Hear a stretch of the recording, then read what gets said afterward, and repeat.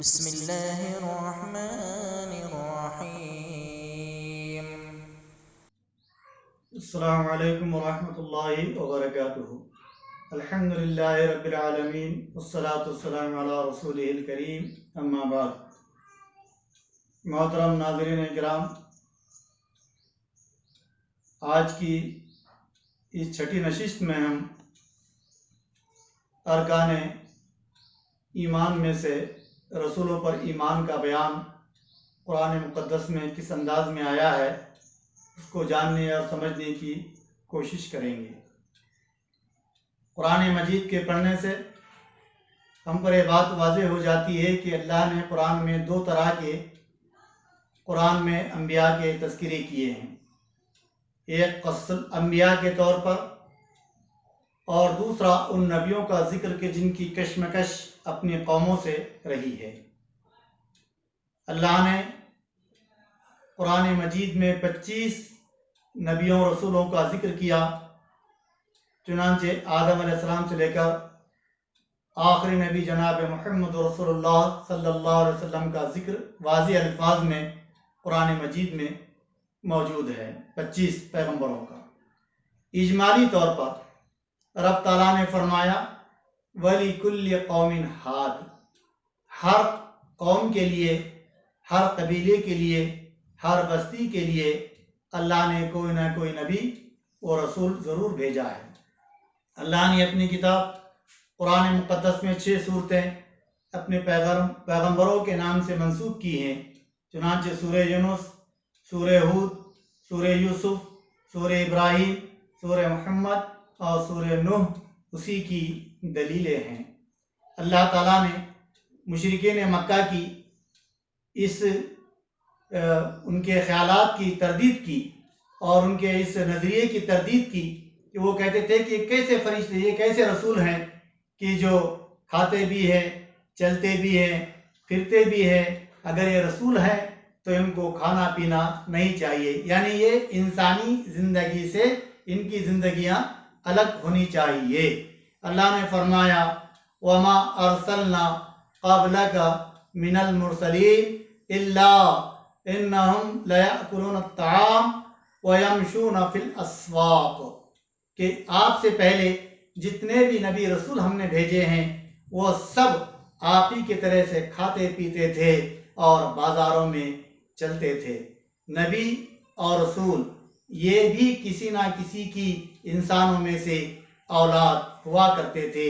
ان کی بیویاں اور ان کے بچے بھی ہوتے تھے. وہ پاک رہتے تھے، جیسا رب نے فرمایا وَثِيَابَكَ فَطَهِّرْ، وہ پاک کھاتے تھے جیسا کہ رب نے فرمایا کُلُوا مِن طَيِّبَاتِ رَزَقْنَاكُمْ، وہ سوتے اور جاگتے بھی تھے جیسا کہ رب نے کہا قُمِ اللَّيْلَ إِلَّا قَلِيلًا. ان کا کام لوگوں کو اللہ سے ڈرانا اور خوشخبری دینا ہوتا تھا. یہ واضح دلائل کے ساتھ بھیجے جاتے تھے.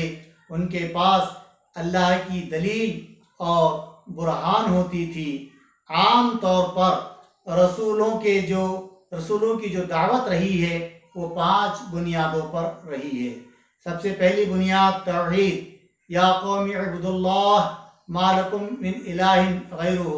دوسری ان کی جو دعوت ہوتی تھی اتمام حجت، لیس علیہم بمسیطر.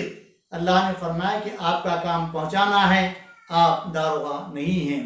بصورت سوم مجبوری، اگر ان کو ستایا جاتا تو حکم ہوتا ہجرت کریں اور اپنی برات کا ان سے اعلان کر دے. نمبر 4 منکرین کے لیے عذاب کی دھمکی سنا دے. اور نمبر 5 مومنوں کو اللہ کی رضا فی دنیا والآخرہ کی خوشخبری بھی ان کو دے دے. وہ اپنی جانوں کو اپنی امت کے لیے گھلا دینے والے تھے. ان کا کام شب و روز لوگوں کو سیدھی راہ پر لانا ہوتا تھا. سنت اللہ التی قد خلت من قبل ولن تجد لسنت اللہ تبدیلا. یہی سنت اول نبی سے لے کر آخر نبی تک رہی.